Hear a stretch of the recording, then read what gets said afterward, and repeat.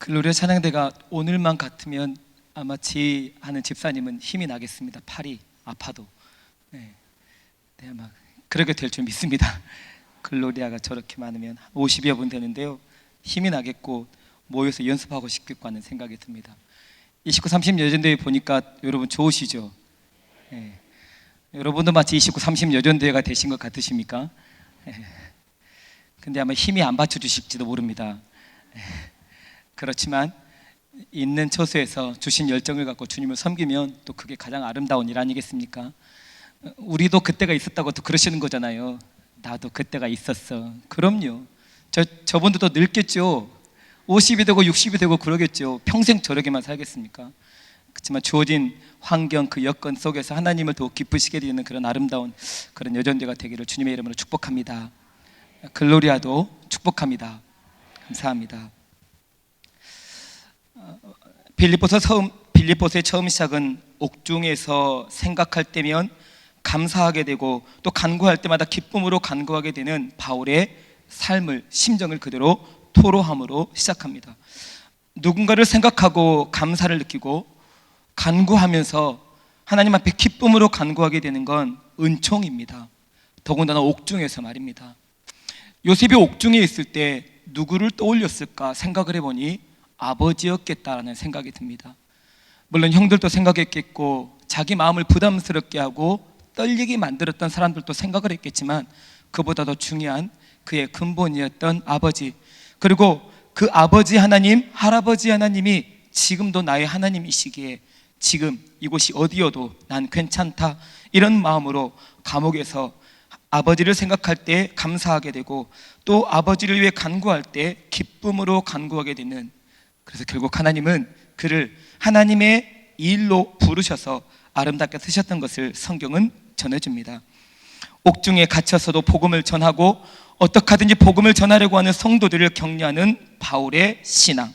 바울은 그리스도께서 존귀하게 여겨지시면 내 죽음도 유익하다고 나는 그렇게 고백합니다. 이 믿음이 바울에게 있었습니다. 그래서 바울은 주님의 은혜로 믿음을 갖게 되었고 또 주님의 은혜로 고난도 받게 되었다라고 고백하는 그 고백이 우리 마음속을 칩니다. 나를 지으신 이가 하나님, 나를 보내신 이도 하나님. 사도 바울은 나된 것은 주님의 은혜입니다라고 하는 그 고백을 했던 거죠. 이 고백을 생각해 보니 욥과 같은 고백이더라고요. 하나님께서 주신 분도 하나님이시라면 가져가신 분도 누구라고요? 하나님이라고요. 축복을 주시는 분이 하나님이시라면 지금 이 저주스러운 상황을 연출하시고 오히려 나를 살피시는 분도 누구시라고요? 하나님요. 그게 믿어지면 기도는 되는 것이겠죠. 근데 그게 믿어지지 않으니까 축복은 좋은데 고난은 받아들여지지 않으니, 은혜는 좋은데 삶의 슬픔은 원하지 않으니 그게 삶에서 무너짐을 경험하게 되고 하나님과 동떨어진 삶을 살아가게 되는 경우들이 있습니다. 사도 바울은 그런 의미에서 그리스도가 가장 귀하고 존귀한 이름이다라고 노래하는 그리스도의 찬미송을 2장 1절부터 11절 말씀에 구구절절히 적어 놓습니다. 그리고 바울은 그 존귀한 이름을 믿는 그리스도인들이 어떻게 이 시대 가운데서 하나님의 백성으로 살 수 있을지를 오늘 본문을 통해 증거하고 우리는 그 말씀 한 중간에 와 있습니다. 지금의 시대상을 반영하는 시 하나가 있어서 여러분에게 하나 읽어드리려고 합니다. 이혜인 수녀님이 쓴 시인데요, 우리는 왜 그럴까? 자기 아픈 이야기, 슬픈 이야기는 그리도 길게 늘어놓으면서 다른 사람들의 아픈 이야기, 슬픈 이야기에는 전혀 귀 기울이지 않네. 아니, 처음부터 아예 듣기를 싫어하네. 해야 할 일을 뒤로 미루고 하고 싶은 것만 골라 하고 기분에 따라 우선순위를 잘도 바꾸면서 늘 시간이 없다고 성화이네. 저 세상으로 떠나기 전 한 조각의 미소를 그리워하며 외롭게 괴롭게 누워있는 이들에게도 시간 내어주기를 아까워하는 건강하지만 인색한 사람들, 늘 말로만 그럴듯하게 살아있는 자비심 없는 사람들 모습 속엔 분명 내 모습도 들어있는 걸 나는 알고 있지. 정말 왜 그럴까? 왜 조금 더 자신을 내어놓지 못하고 그토록 이기적일까 우리는? 이라는 시입니다. 메르스 때문에 어려움을 겪고 있는 이웃들을 바라보는 사람들의 마음이기도 하지만, 또 한편으로는 지금 이 시대가 이렇게 흘러가고 있는 것은 아닌가라고 하는 이 마음을 그렇게 글귀에 담아놓은 시인의 고백이 말씀을 준비하는 제 마음에 와닿았습니다. 정말 그런 것 같습니다. 참 시대상을 잘 반영하며 시를 잘 썼구나, 잘 쓰셨구나 싶었습니다. 그러면 이런 상황, 이런 여건, 이런 환경, 이런 기분과 감정 속에 살아가는 우리는 어떻게 사는 것이 예수 그리스도를 믿는 사람답게 살아갈 수 있을까라고 하는 것이 오늘 이 오후 예배에 말씀을 듣는 여러분과 저의 숙제입니다. 본문의 바울에게서 감옥에 갇혀 있으면서도 성도들에 대한 안부로 애타하는 바울 사도를 봅니다. 그런 사랑의 목자 말입니다. 병원 신방을 할 수 없어서 병원에 그저 혼자 침상에 누워 있어야 하는 그 성도님, 그 집사님, 그 권사님의 마음은 얼마나 아플까라고 생각하는 사도 바울의 마음을 느껴봅니다. 그러니 12절 말씀에 더욱 지금 나 없을 때에도 라고 쓰고 있는 이 말 표현이, 내가 지금 옥중에 갇혀 있기 때문에 여러분과 함께 있을 수는 없지만 그럼에도 불구하고 항상 복종하여 두렵고 떨림으로 너희 구원을 이루라 라고 옥중에서 전하는 사도 바울의 이 간절한 울림을 빌립보 교회 성도들과 교인들은 기쁜 마음으로 받고 있는 겁니다. 그래도 힘내야 합니다. 말씀대로 잘 견뎌내야 합니다. 임마누엘 하시기 때문이고 에베네셀 하시기 때문이고 여호와 라파로 함께 하시기 때문이며 여호와 이레로 우리 모든 것들을 준비하시는 주님께서 지금 우리와 나와 함께 계시기 때문에 문제될 것 없습니다라고 하는 이 고백을 감옥에 갇힌 사도 바울을 통해 감옥 밖에 있는 성도들에게 전하는 이 편지를 읽으며 성도들은 얼마나 큰 위안이 되고 기쁨이 될까요? 내가 왜 감옥에 갇혀 있는지 모르겠습니다. 하나님이 이렇게 내버려 두면 안 되는 건데 여러분도 그렇게 생각하지 않으십니까? 라고 말하는 게 아니라 괜찮습니다. 나는 감옥에 갇혀 있어도 괜찮다고 생각합니다. 나는 감옥에 갇힐 일을 했다고 생각합니다. 오히려 기쁩니다.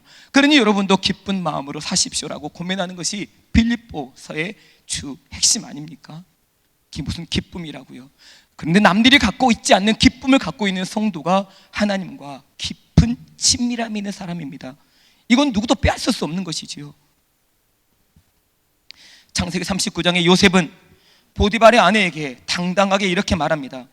주인께서 금하신 것이 내게는 아무것도 없습니다. 금한 것이 있다면 오직 당신뿐이지요. 그런즉 내가 어찌 이 큰 악을 행하여 하나님께 죄를 짓겠습니까? 눈에 보이지 않지만 지금 여기 계시는 하나님 앞에서 저는 그렇게 살아가는 사람입니다. 그러니 당신 같은 사람으로 저를 여기지 마십시오라고 말하며 뿌리치고 그 자리를 뛰쳐나가는 요셉에게서 이 시대 그리스도인인 내가 혹여 죄악의 자리 가운데 속임수와 악한 괴계의 자리에 끼어있게 된다 할지라도 그 자리에 멀뚱멀뚱 서서 바라보고 그냥 가만히 있어야 되는 것인지, 아니면 그 자리를 뛰쳐나와서 오히려 선한 길, 바른 길로 그 사람들과 함께 더불어 나올 수 있도록 만들어 가야 하는 것인지, 우리는 이 어지러지고 힘들어지는 세대 속에 고민이 깊어집니다. 미국 남침례교 총회장인 로니 플로이드라고 하는 목사님이 계십니다. 이 로니 플로이드 목사님은 이런 고백을 했습니다. 동성 결혼 반대라고 하는 이 이야기를 꺼내면서 하나님께서 이미 정의하신 것을 인간이 다시 정의할 필요가 없다. 연방 대법원의 최종 권위가 아니며 성경이 결혼에 대한 하나님의 최종적인 권위이며 우리는 여기에 굳게 설 것이라고 그분은 당당하게 이야기하더라고요.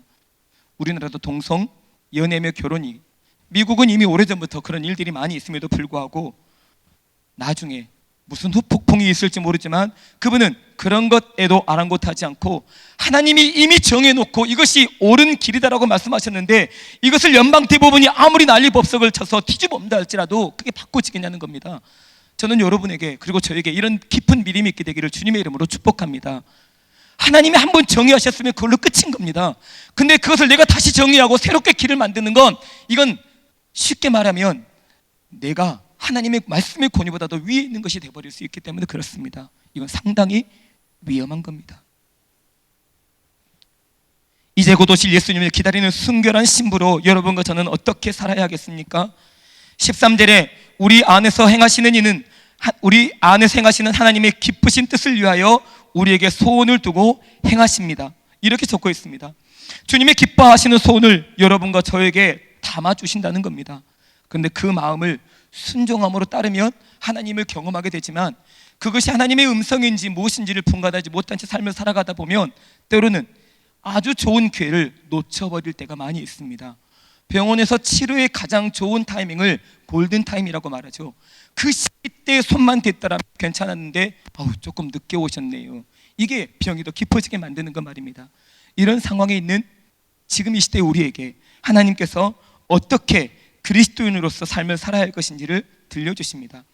그래서 그 주님의 선하신 뜻이 이루어지도록 모든 일을 원망과 시비가 없이 하라 라고 들려주시는 말씀이 그 내용입니다.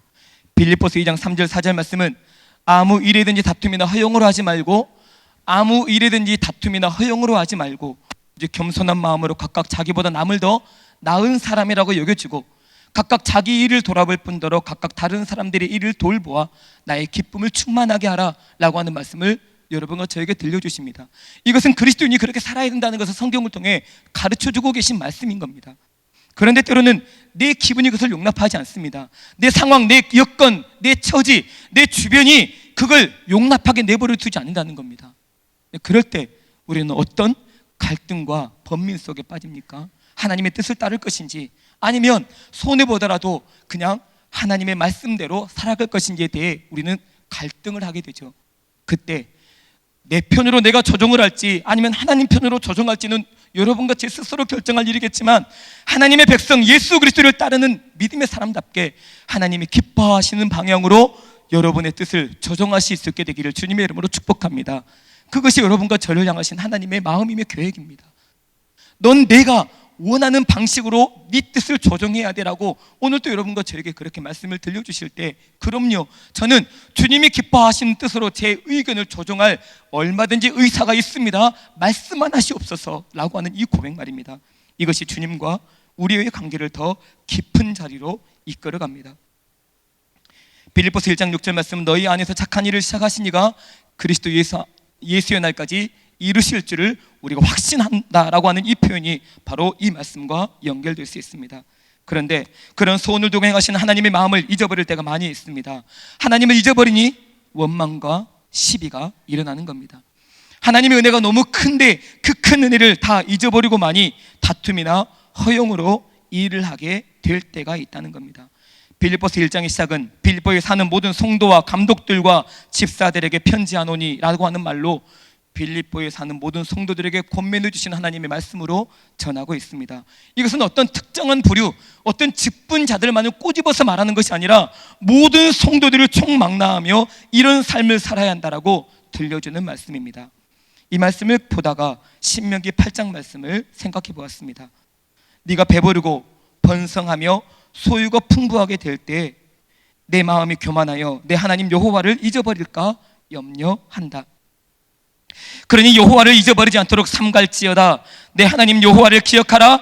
내 능력과 힘으로가 아니라 재물 얻을 능력을 너에게 주신 것뿐이니 그 하나님을 기억함으로 하나님을 잊어버리지 말아라고 하시는 이 말씀을 기억하면 우리는 원망과 시비, 다툼과 허영 대신 보듬고 격려하고 위로하고 사랑하고 아껴주고 마음을 같이 해서 주님의 뜻 넉넉히 이루어 드릴 수 있게 될 것입니다. 여러분과 저에게 소원을 동행하시는 하나님은 선하십니다. 그리고 유일하게 착한 분이십니다.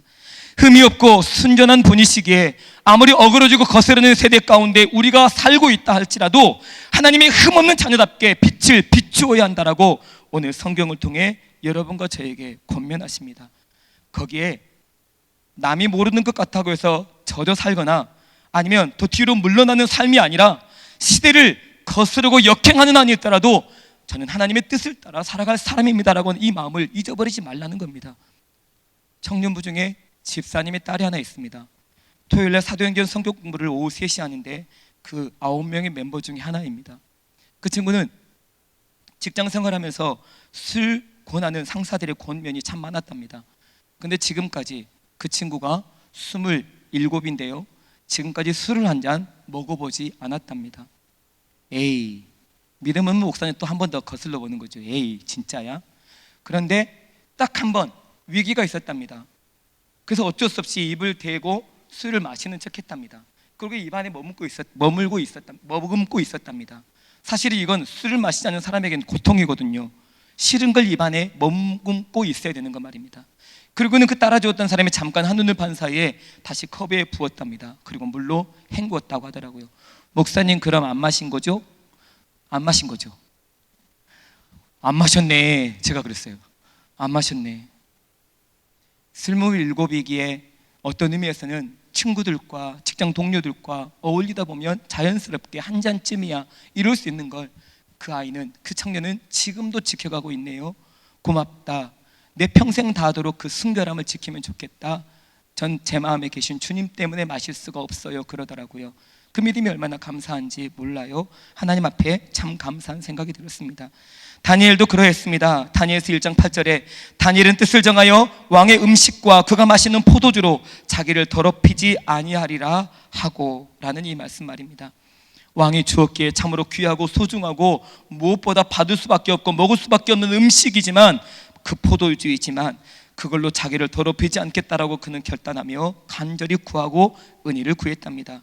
다니엘 3장에 보니 사드락 메삭 아벳느고는 두랍 형제에 세운 금신상 앞에 절하도록 요청을 받습니다. 그렇지 않으면 즉시 맹렬하게 타는 풀무불에 던져 넣겠다는 법이 시행되었기 때문에 그렇습니다. 그럼에도 3장 17절 말씀에 하나님이 계신다면 풀무불 가운데서도 능히 건지실 거라 저는 믿습니다. 그리고 왕의 손에서도 건져내실 것입니다. 18절에 그렇게 하지 아니하실지라도 왕의 신들을 섬기지도 절하지도 않겠습니다. 10계명의 두 번째 계명은 너를 위하여 새긴 우상을 만들지 말고, 또 위로 하늘에 있는 것이나 아래로 땅에 있는 것이나 땅 아래 물속에 있는 것을 어떤 형상이라도 만들지 말며 그것들을 절하지 말고 섬기지 말라 하신 하나님의 말씀을 다니엘은 기억하고 있었습니다.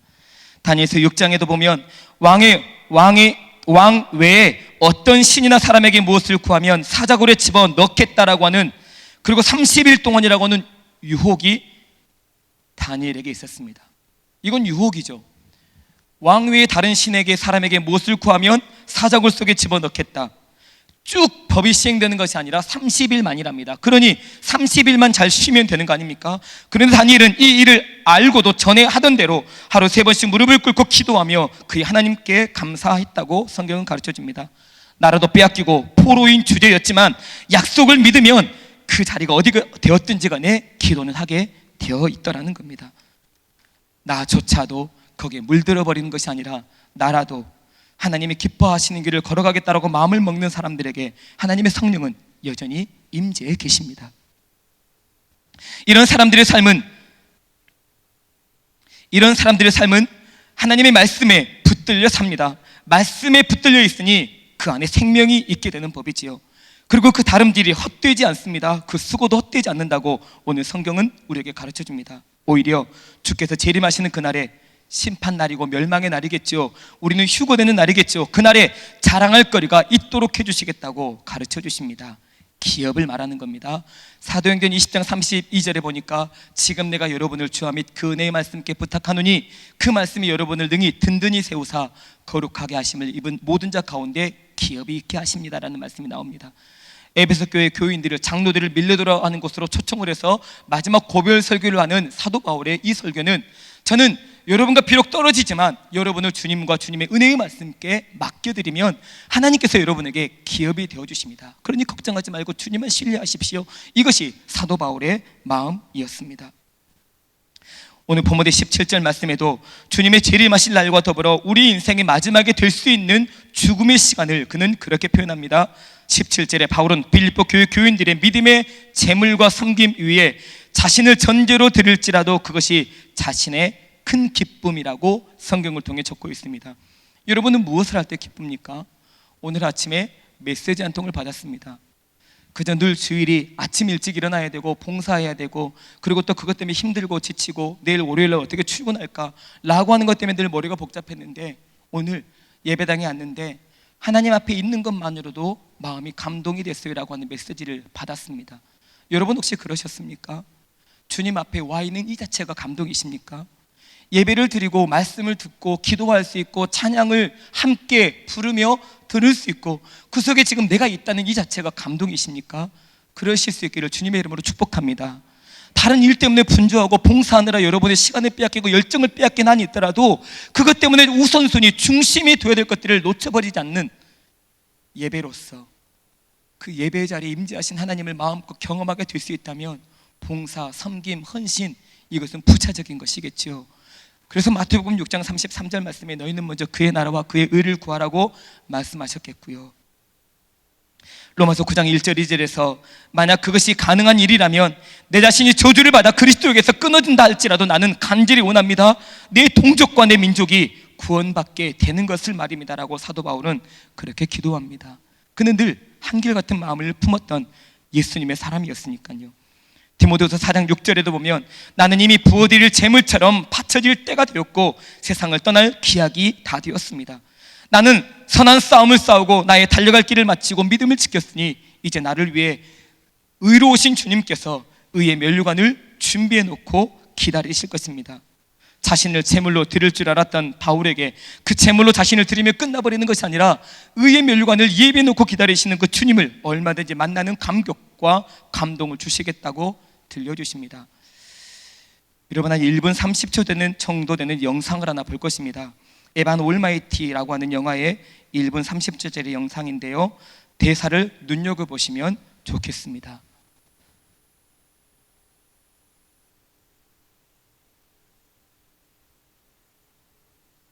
He's filling the boat with 2 of every kind of animal. Still to be collected, 2 giraffes, 2 elephants, and 1 more jackass. What an idiot. Oh, he's a mook. Jerks. Don't worry about it, you guys. Come on, eat up. Not hungry. Yeah, me neither. You guys can't eat, I can't stop. Can I go to the bathroom? Me too. Okay, Dylan, go with them. Please. Fine. Oh, excuse me, can I get a refill, please? Coming right up. Thank you. Excuse me. Are you all right? Yeah. No, it's a long story. Well, I like stories. I'm considered a bit of a storyteller myself. My husband? Have you heard of New York's Noah? The guy who's building the ark. That's him. I love that story. Noah and the ark. You know, a lot of people miss the point of that story. They think it's about God's wrath and anger. They love it when God gets angry. What is the story about then, the Ark?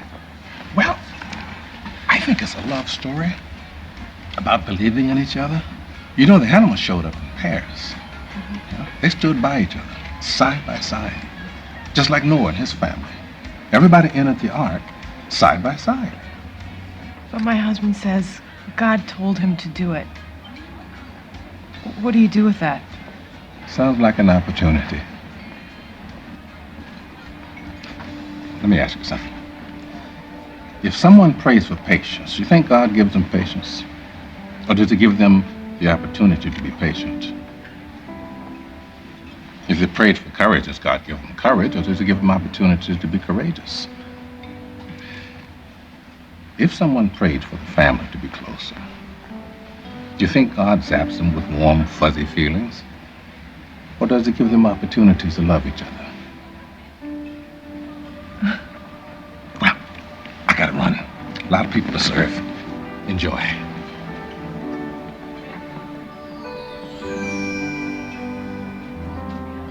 I guess this comes as no surprise to those who remember his campaign promise. 네, 이 이야기를 여러분과 함께 나누고 싶었습니다. 하나님, 우리가 인내를 구할 때 인내심, 애따 이렇게 주시는 것, 용기를 주세요, 용기, 애따 주시는 것, 사랑할 수 있도록 도와주세요라고 할 때 사랑심을 애따라고 던져주시는 분이 아니라 기회를 주신다는 겁니다. 그렇게 할 수 있도록 기회를 주시는 것 말입니다. 인내심을 발휘할 수 있는 기회, 용기를 발휘할 수 있는 기회, 서로 사랑할 수 있는 기회를 마련해 주시는 것 말입니다. 부부의 원만함이 가정과 가족을 살립니다. 성령에 이끌리는 흔적이라고 가정은 그렇게 느껴집니다. 혹시 좀 부족해도 부부는 누구의 책임이 아닌 공동의 책임인 것이지요. 내가 선택한 남자, 내가 선택한 여자이기 때문에, 그리고 또 누구의 강요에 의해서 결혼한 것도 아니기 때문에 함께 책임을 지며 삶을 살아가는 겁니다. 그런 의미에서 오늘이 무슨 날인지 아시겠습니까? 6월 달이 맞이하는 부부의 날입니다. 오늘이 21일이거든요. 집에 가시는 길에 꽃다발이나 작은 화분 하나쯤 들고 가셔서 사랑 고백을 한번 해보시면 어떨까요? 발렌타인데이나 화이트데이, 자장면데이나 삼겹살데이, 세상적인 날이고 상술이라고만 여기지 않으시면 좋겠습니다. 오히려 나에겐, 우리 가족에겐 기회를 여긴다면 시각은 달라지죠. 초콜릿을 건네주면서 말문을 열 수 있는 용기를 발휘하라고 주님이 주신 기회라면요. 저녁에 예쁜 화분 하나 사들고 가서 여보, 아까 오후엔 내 말이 좀 퉁명스러웠지, 미안해 하며 서로 사랑할 수 있는 기회를 누려보려는 것 말입니다. 늘 게임만 하고 놀기만 하는, 속을 팍팍 긁어놓기만 하는 아들, 말도 지도귀도 듣지 않고 제 멋에 빠져있는 딸에게 인내심을 발휘할 수 있는 기회를 얻게 되는 것 말입니다. 좋아하지 않으신다고 할지라도 피자나 통닭 세트 메뉴를 시켜놓고 함께 식구들과 오늘 밤은 즐겁게 지내보실 수 있다면 얼마나 좋을까요? 다들 바쁘고 목사님 애들이 더 바빠서 시간이 없어요. 그렇게만 생각하지 말으시고 오늘 밤에 그들을 위해 한번 시간을 마련해 보신다면 어떠시겠습니까? 제가 라디오에 어떤 프로그램을 듣다가 목회도 정치일까라는 생각을 한번 해보게 되었습니다. 목회가 정치일까? 영화 강의에서는 이런 말이 나옵니다. 정치란 말이야 하나를 주고 하나를 받는 것이지 라는 말로 정치를 말합니다. 목회가 정치라면, 사역하고 동역하는 것을 정치로 여긴다면 어찌 될까요? 우리도 바리새인이나 세리 같은 사랑을 넘지 못하고 있는 수준에 불과할 것입니다. 교회 일을 감당하며 하나를 얻기 위해 하나를 주는 계산적인 면이 부각된다면 교회는 어떤 면으로 흐를까요? 목회는 잠언 20장, 27장 23절의 말씀처럼 내 양떼의 형편을 부지런히 살피며 내 소떼에게 마음을 두라 라고 하는 이 말씀에 들어있습니다. 그런데 이 목회, 구역 목회이든지 기관 목회이든지 부서 목회이든지 어쨌든 목회를, 소떼나 양떼를 우리와 거래하여 하나 잃고 둘 받게 되는 이런 사이로 전락시키는 그런 정치점으로 여긴다면 우리의 목회의 마음은 그만큼 비어지겠죠. 성도들끼리도 말하지 않으려고 안 하게 되면 골이 깊어집니다. 화목의 포장은 더욱 멀어질 수밖에 없는 것이지요. 회사에서도 상사와 직원이 싸워 둘 사이가 영 아니라고 여겨질 수 있습니다. 그러나 그렇게 여겨지면 그 두 사람 때문에 우리 부사가 말이 아니라고 말을 하기 이전에 오히려 성숙한 사람이라면 하나가 되도록 만들기 위해 애쓰는 동료 직원 하나로 인해 부서는 하나가 되고 그것으로 화목케 하는 직분을 잘 감당하는 아름다운 역사는 일어납니다. 힘들어도 해야 할 말이 있습니다. 피곤해도 가야 할 길이 있습니다. 지쳤어도 해야만 하는 일이 있다는 겁니다. 얼굴 보고 싶지 않고 말하고 싶지 않고 서로 엮이고 싶지 않으니 그래서 말하지 않고 함께 일하지 않고 갈 길 가지 않으면 어찌 될까요? 좀 더 말씀대로 살고 싶은데 저 사람하고 일하면 일하는 것 같지 않고 오히려 일이 그르쳐지니까 짜증만 나요. 그냥 나 혼자 할래요 라고 말해버리면 일은 되겠지만 관계를 만들어 가야 되는 교회 안에서는 어찌 될까요? 교회는 일을 위해서 모인 것이 아니거든요. 교회는 성도 한 사람 한 사람이 예수 그리스도를 나의 구주로 고백하며 모인 공동체라면 그 공동체 안에서 내가 어떻게 삶의 자질을 잘 만들어 가냐 하는 것이 참 중요하죠. 차는 천천히 가는 것만이 능사가 아닙니다. 잘 맞춰서 가야 하죠. 차가 많이 몰려 있어 괜히 실증도 나고 짜증도 날 때 내가 막무가내로 가버리면 교통사고 때문에 더 복잡한 일이 벌어지기 마련입니다. 잘 어울려 가야 하지요. 앞차와의 간격, 옆차와의 간격도 그래야 소통도 원활하고 좋은 습관도 만들어질 수 있습니다. 특별히 모든 성도님에게도 마찬가지지만 저는 오늘 찬양 예배를 드리는 29, 30 여전도 회원들에게 진심을 담아 부탁하고 싶은 권면이 있습니다. 아까 기도하는 박 집사님이 기도할 때의 내용만큼이나 믿음의 선배들의 바른 모습, 바른 교훈을 귀 기울여 들을 줄 알고 그 이야기를 들었을 때 감사함으로 응답해 줄 줄 알고 그것을 따를 수 있도록 여러분에게 진심으로 부탁합니다. 때로 그것이 힘겹고 어려울 수 있겠지만 그 요청과 그 부르심 앞에 순종함으로 다가서는 사람만 하나님을 거기서 경험할 수 있게 되기 때문입니다. 힘들다는 이유로 말로만 봉사하지 마십시오. 힘든 자리, 다들 힘드니까 그 자리에 더 들어가고 열심히 섬길 수 있다면 그것이 구원받고 은혜 받은 성도의 아름다운 모습이라 여겨집니다. 3살 버릇, 열은 간다는 말이 신앙에도 똑같은 것이겠지요. 믿음의 처음 단추를 어떻게 끼느냐에 따라 그분이 수요 예배도 나오고 금요 심야 기도에도 나오는 법인데, 믿음의 처음 단추를 잘못 끼우다 보니 주일 예배 한 번만 나오고 말아버려도 된 것처럼 내 생각에 내 판단에 그렇게 기울여 있다 보니 무엇이 옳고 그른지를 판단하지 못하는 연약함 속에 빠져 있기도 합니다. 해야 하는 일을 싫다는 이유로 바쁘다는 핑계로 참여하지 않겠다 하지 말기를 바랍니다. 나도 힘든데, 나도 싫은데 다른 사람들은 어떨까 하는 그런 마음에 더욱 적극적이고 긍정적으로 참여해 주어서 다른 사람까지 그 공동체 안으로 끌어들일 수 있다면 그 사람은 얼마나 하나님의 마음을 흡족하게 되는 사람일까 생각해 봅니다. 사랑하는 성도 여러분, 믿음이 얼마나 깊다고 생각하십니까? 여러분이요. 아니면 나는 별 볼 일 없는 믿음이라고 생각하십니까? 그래도 상관없습니다. 오늘 지금 이 자리에서 여러분과 하나님과의 관계를 다시 단추를 끼워 가실 수 있기를 부탁합니다. 그 단추가 때로는 내가 끼워왔기 때문에 틀린데도 불구하고, 어색한데도 불구하고 그냥 하나님 저 이대로 괜찮거든요, 그냥 저 이대로 있을 테니까 이대로 살아가게 내버려 두세요, 그냥 제 멋대로 살게요, 이러고 있는 것과 똑같을 수 있다는 겁니다. 바꿔 끼라고 하시면 바꿔 끼워야죠. 내가 귀찮고 짜증나고 안 하고 싶어도 내 기분은 상하고 원치 않는 마음이 생기게 되더라도 하나님이 아니라고 말씀하시면 아닌 줄 알고 다시 바꿔 끼워야 되는데 그러기가 싫은 거예요. 너무 지치고 힘들고 세상에 찌들어 있고 하나님의 마음과 그 말씀, 그 뜻과는 상관없이 그냥 내 생각, 내 개념, 내 옳다고 여기는 바, 내가 지금까지 경험해 왔던 것에 너무 익숙해 있다 보니 하나님이 없어져 버린 거죠. 하나님이란 그 위대하신 분은 다 감춰버리고 다른 것에 너무 익숙해져 버려 있는 저와 여러분은 혹시 아닙니까? 아니라면 참 감사합니다. 혹시 오늘 말씀을 통해 내 모습이 그렇다 여겨지신다면 여러분과 저 다시 한번 점검하고 돌아가시지요. 성경으로 말입니다. 하나님의 그 사랑으로 말입니다. 그러지 않으면 더 복잡해질 수 있습니다. 급할수록 빨리 돌아서야 제대로 된 길을 걸어갈 수 있습니다. 그런 은혜가 여러분에게 있어서 여러분마저도 그 자리에 물들지 않고 여러분이라도 그 자리를 벗어나 하나님의 마음을 품고 믿음의 길을 여전히 걸어갈 수 있는 하나님의 거룩한 일꾼들이 다 되시기를 주님의 이름으로 간절히 축원합니다. 아멘. 기도하겠습니다.